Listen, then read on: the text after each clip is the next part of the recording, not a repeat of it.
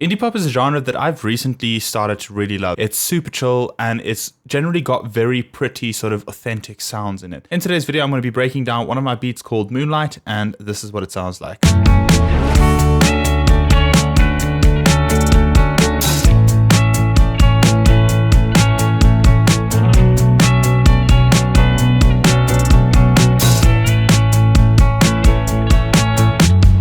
So this is a really simple track. It basically comprises of drums, bass, guitar, and some synths. First things first, let's dive into the guitar. The guitar is just something I recorded, and basically the verse and the chorus, it's exactly the same chords. However, there are slight production changes to help create that bit of contrast. The guitars on the verse without any processing sound like this.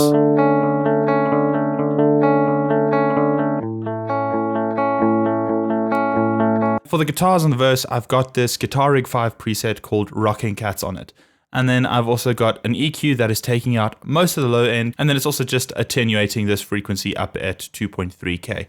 Now, the whole idea with this is to basically have the same exact guitar in the verse and the chorus. And to create that contrast, I'm using a different amp in the chorus and basically have no EQ removing any of the low end because I want the guitar to be a lot fuller. So the guitar in the chorus, what's fundamentally different about it is the fact that it's got this tremolo on it. And this tremolo is, I would say, quite an important part of the indie pop sound. It gives you that kind of lo-fi, detuned, little bit dusty sounding guitar.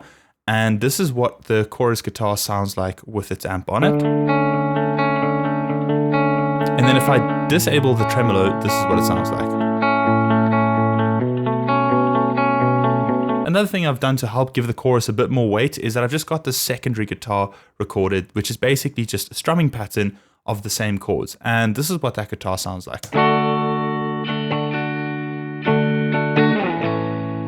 And combined with that original,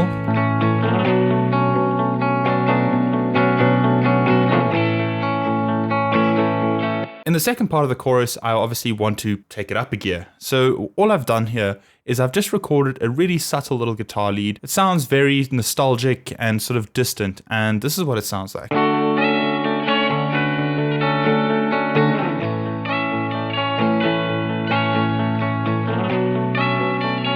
The next element that is quite crucial to this production are the drums.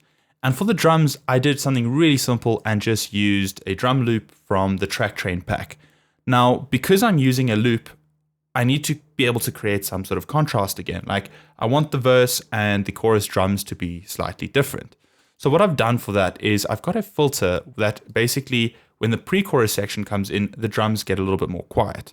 But now, throughout the entire sort of verse and pre-chorus section, I've got this EQ which is taking out a lot of the low end. And this gives you that contrast where there's very little bass in the verses, so that when the bass does come in the chorus, it sounds much fuller without the song having to be too bassy, because it overall isn't really a bassy style. Another thing I've added to just help create a little bit more contrast and make the chorus drums a little bit more impactful is that I've added this hi-hat pattern, which is really simple. It's just like one single little hi-hat sample, which I've then programmed into an 8th note sort of pattern with a few rolls every now and then.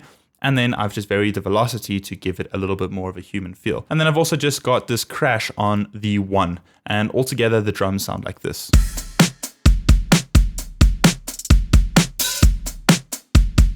And combined with the guitars,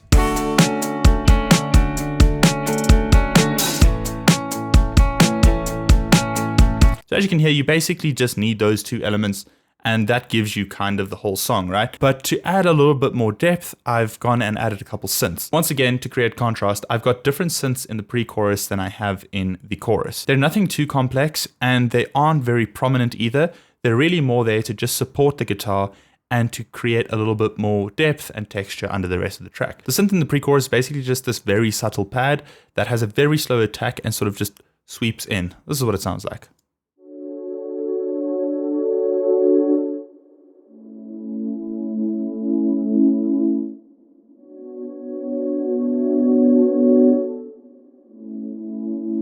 And then in the chorus, I've also got another pad, but this one is a little bit more in the upper frequencies, and this is what it sounds like.